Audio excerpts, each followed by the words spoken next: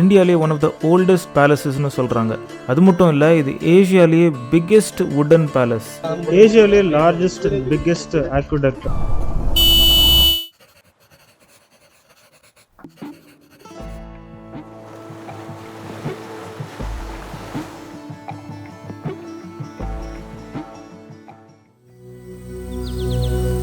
அதிகாலை நேரங்கிறதுல ஏதோ ஒரு மேஜிக் இருக்குது. ஒரு டல்லாக போரிங்காக இருக்கிற இடம் கூட சன்ரைஸ் டைமில் சொர்க்கம் மாதிரி தெரியுது. அப்போ ஆல்ரெடி சொர்க்கம் மாதிரி இருக்கிற இடம்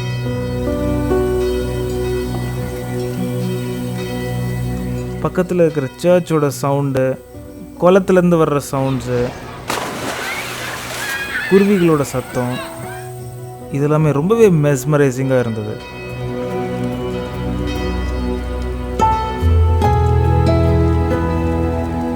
அந்த மார்னிங் மேஜிக்கல்னு சொல்கிறதுக்கு கண்டிப்பாக ஓர்த்தாக இருந்தது.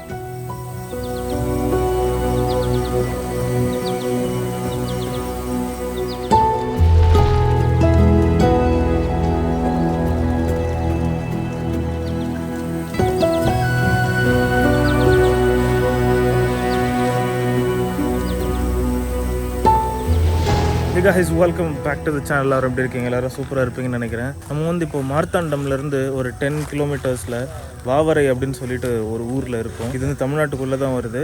எக்ஸாக்டாக வந்து பார்டர். நம்ம சேனலுக்கு நீங்கள் புதுசு அப்படின்னா கண்டிப்பாக சப்ஸ்கிரைப் பண்ணுங்கள். சப்ஸ்கிரைப் பண்ணிவிட்டு அந்த பெல் ஐக்கான் ப்ரெஸ் பண்ணுங்கள்.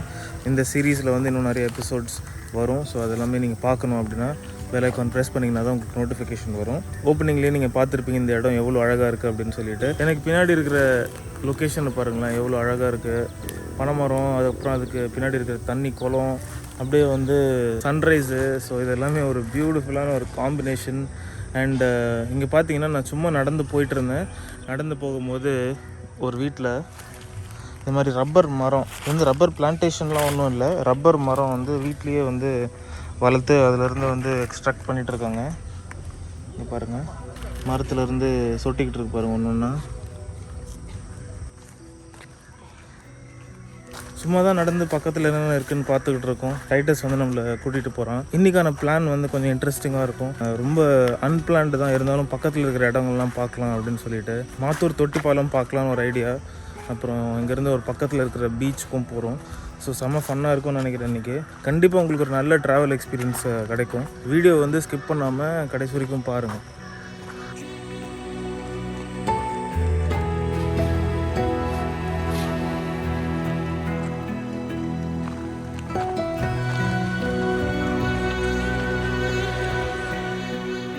இந்த மாதிரி ட்ரிப்பில் வந்து டெய்லி ரொட்டீனில் என்ன பண்ணுறோமோ இல்லையோ, இந்த ஃபுட்டேஜை காப்பி பண்ணுறது, அதை பேக்கப் எடுக்கிறது, இது வந்து ஒரு பெரிய டாஸ்க்கு.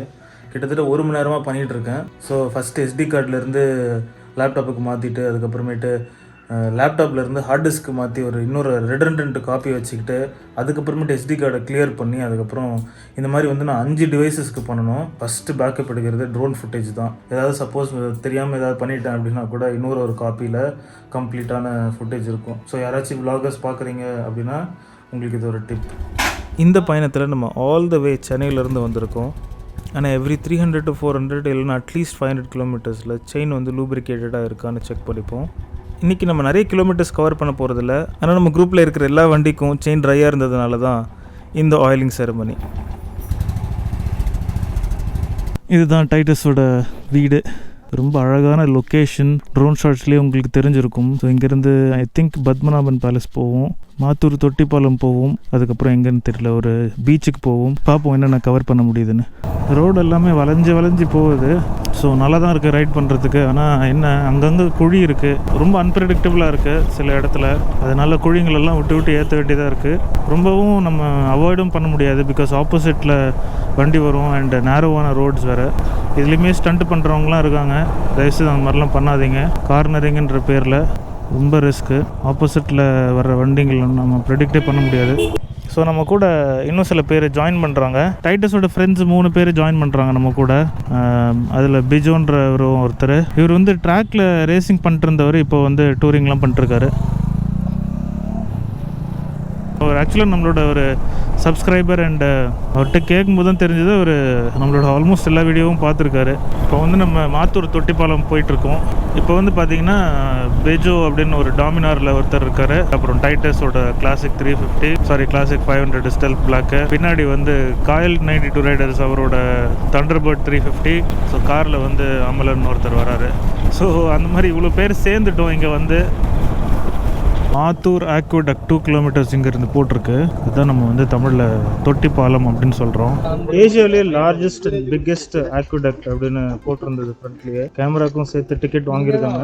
அதெல்லாம் பே பண்ணிட்டு தான் இப்போ உள்ளே நடந்துட்டு இருக்கோம். இந்த இடத்த நான் சோஷியல் மீடியாவில் தான் பார்த்துருக்கேன். அதுவும் எப்படி பார்த்துருக்கேன்னா, ஒரு டாலான பிரிட்ஜ், அந்த பிரிட்ஜில் தண்ணி, அந்த தண்ணியில் பசங்க குதித்து விளையாடுற மாதிரி. ஆனால் சர்ப்ரைசிங்லி நாங்கள் போகும்போது ஒரு ட்ராப் தண்ணி இல்லை.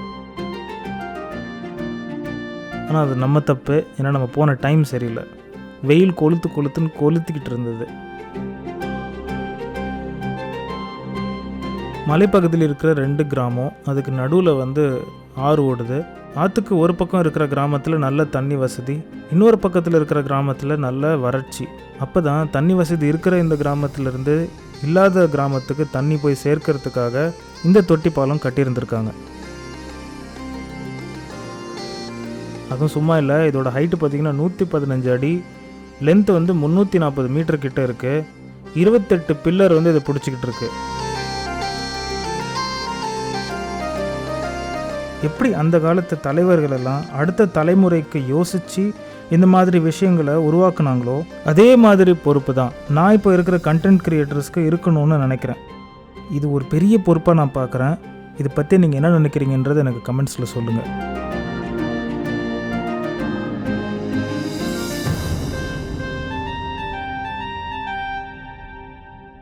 ஸோ ஷார்ட்ஸ்லாம் நீங்கள் பார்த்துருப்பீங்க.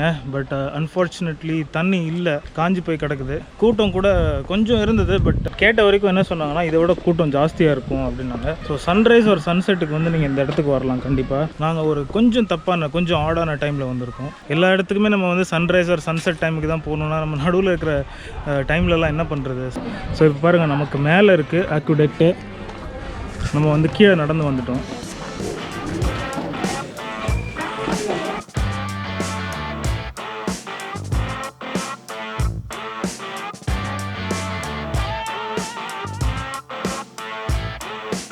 ஸோ தொட்டிப்பாலம் நம்ம விசிட் பண்ணியாச்சு. நான் சஜஸ்ட் பண்ணுறது என்னென்னா, தொட்டிப்பாலம் வரீங்கன்னா ஒன்று தண்ணி இருக்கிற நேரத்தில் வாங்க, இல்லைனா சன்செட் இல்லை சன்ரைஸ் அப்போ வாங்க, சூப்பராக இருக்கும். ஸோ நம்ம இங்கே தொட்டிப்பாலத்தை விசிட் பண்ணிவிட்டு இப்போ வந்து பத்மநாபன் பேலஸ் போயிட்டுருக்கோம். பத்மநாபபுரம் பேலஸ் வந்து 14 கிலோமீட்டர்னு காட்டுது. மார்த்தாண்டம் இங்கேருந்து 10 கிலோமீட்டரு. ஸோ திருப்பரப்பு ஃபால்ஸ் வந்து இப்போது அலோவ் பண்ணுறது இல்லையா, அதனால் அங்கே போகலை நம்ம.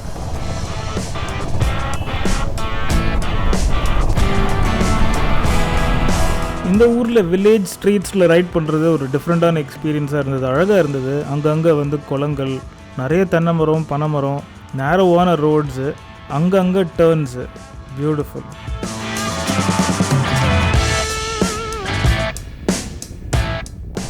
ஸோ பேலஸ் கிட்ட வந்துட்டோம்.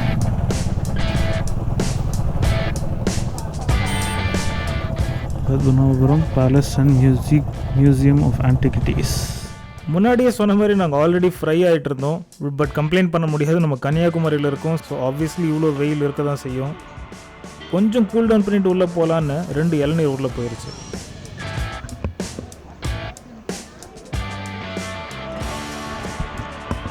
சரி, டோர் பிரம்மாண்டமாக இருக்க, ரெக்கார்ட் பண்ணிவிட்டு உள்ளே போவோன்னு போனால் எவன்டா அவன் இவ்வளோ நீளமாக நீட்டிக்கிட்டு வர்றது அப்படின்னு சொல்லிட்டு வீடியோ ஆஃப் பண்ண சொல்லிட்டாங்க.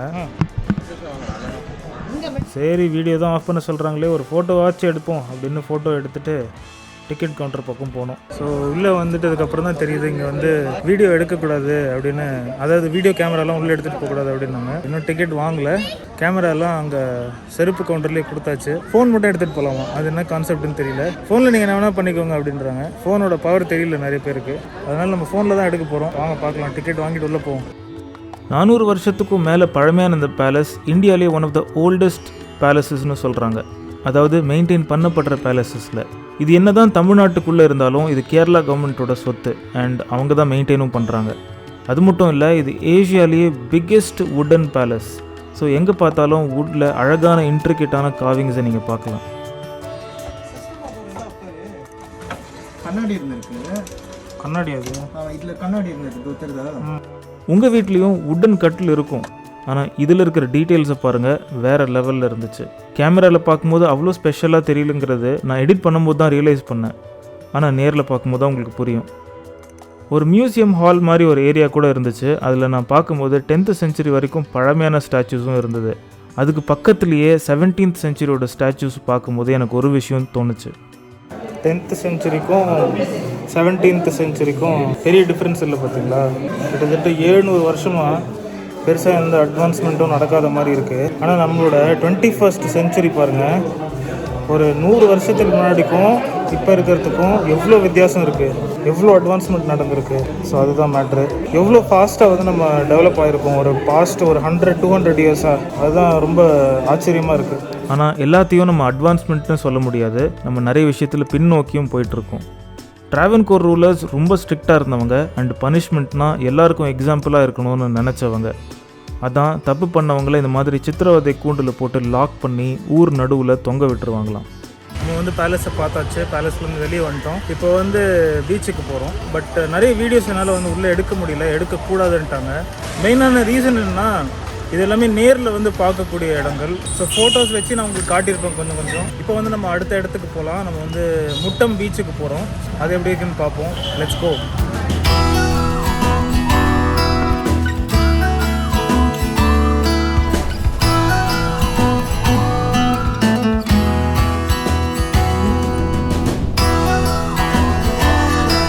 செம்ம ஜாலியாக இருக்குது.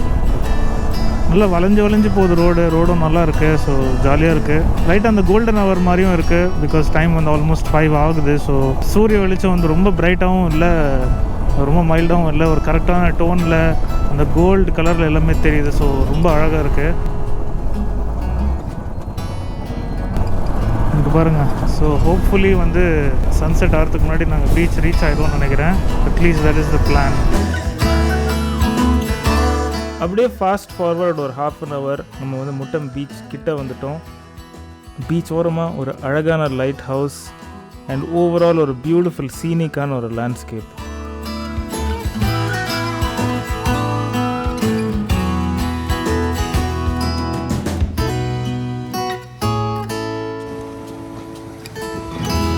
ஸோ முட்டம் பீச் செம்ம அழகாக இருக்குது. இங்கே தான் நாங்கள் சன்செட் வந்து என்ஜாய் பண்ணோம். ஆக்சுவலாக இங்கேயே வந்து நம்ம நிறைய பார்த்துருந்துருக்கலாம், நம்ம வந்து நிறைய பார்க்கல. ஸோ சன்செட் மட்டும்தான் பார்த்தோம் ஒரு இடத்துல உட்காந்து. இங்கே வந்து ஒரு சர்ச் இருக்குது, லைட் ஹவுஸ் இருக்குது.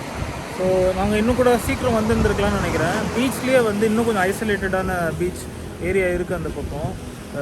நாங்கள் இருக்கிற இடம் வந்து கொஞ்சம் வியூ பாயிண்ட் மாதிரி இருக்கிற இடம். பட் ஐசோலேட்டடான பீச் கூட அந்த பக்கம் இருக்குது. அண்டு ரொம்பவே பீஸ்ஃபுல்லான ஒரு ஸ்பாட்டு. கண்டிப்பாக நீங்கள் வந்து கன்னியாகுமரி பக்கம் வந்தீங்க அப்படின்னா இங்கேயும் சேர்த்து அந்த ட்ரிப்பை வந்து எக்ஸ்டெண்ட் பண்ணால் சூப்பராக இருக்கும். Definitely worth visiting.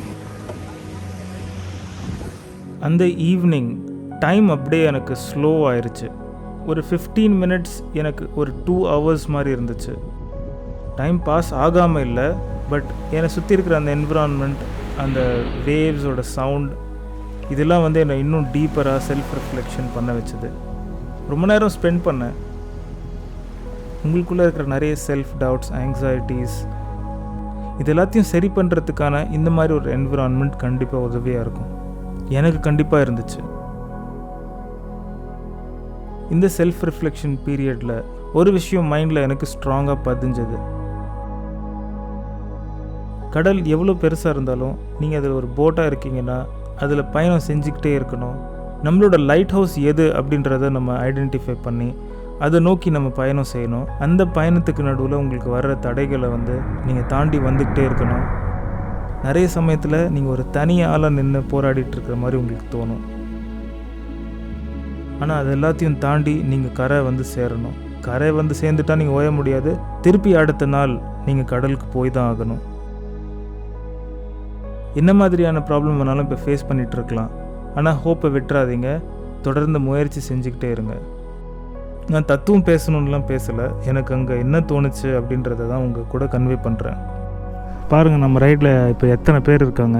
இன்றைக்கி இவங்க எல்லோரும் நம்ம கூட இருந்தாங்க. சோலோவாக நம்ம ஆரம்பித்தோம் ட்ரிப்பு சென்னையிலேருந்து. ஆனால் இப்படியே வந்து நம்ம கேங் ஆஃப் ஃப்ரெண்ட்ஸ் இவ்வளோ பெருசாக ஆயிடுச்சு. இதுதான் ட்ராவலோட ஸ்பெஷாலிட்டியே, மேக்கிங் நியூ ஃப்ரெண்ட்ஸ், புது புது நண்பர்கள் உருவாகிறது, புது புது எக்ஸ்பீரியன்ஸஸ் உருவாகிறது. இதுதான் ட்ராவலோட ஒரு நல்ல விஷயமே. இதுக்காகவே நீங்கள் ட்ராவல் பண்ணுங்கன்னு நான் சஜஸ்ட் பண்ணுவேன். நிறைய விஷயம் கற்றுக்கலாம், நிறைய புது எக்ஸ்பீரியன்ஸஸ் கிடைக்கும், நிறைய புது நண்பர்கள் கிடைப்பாங்க.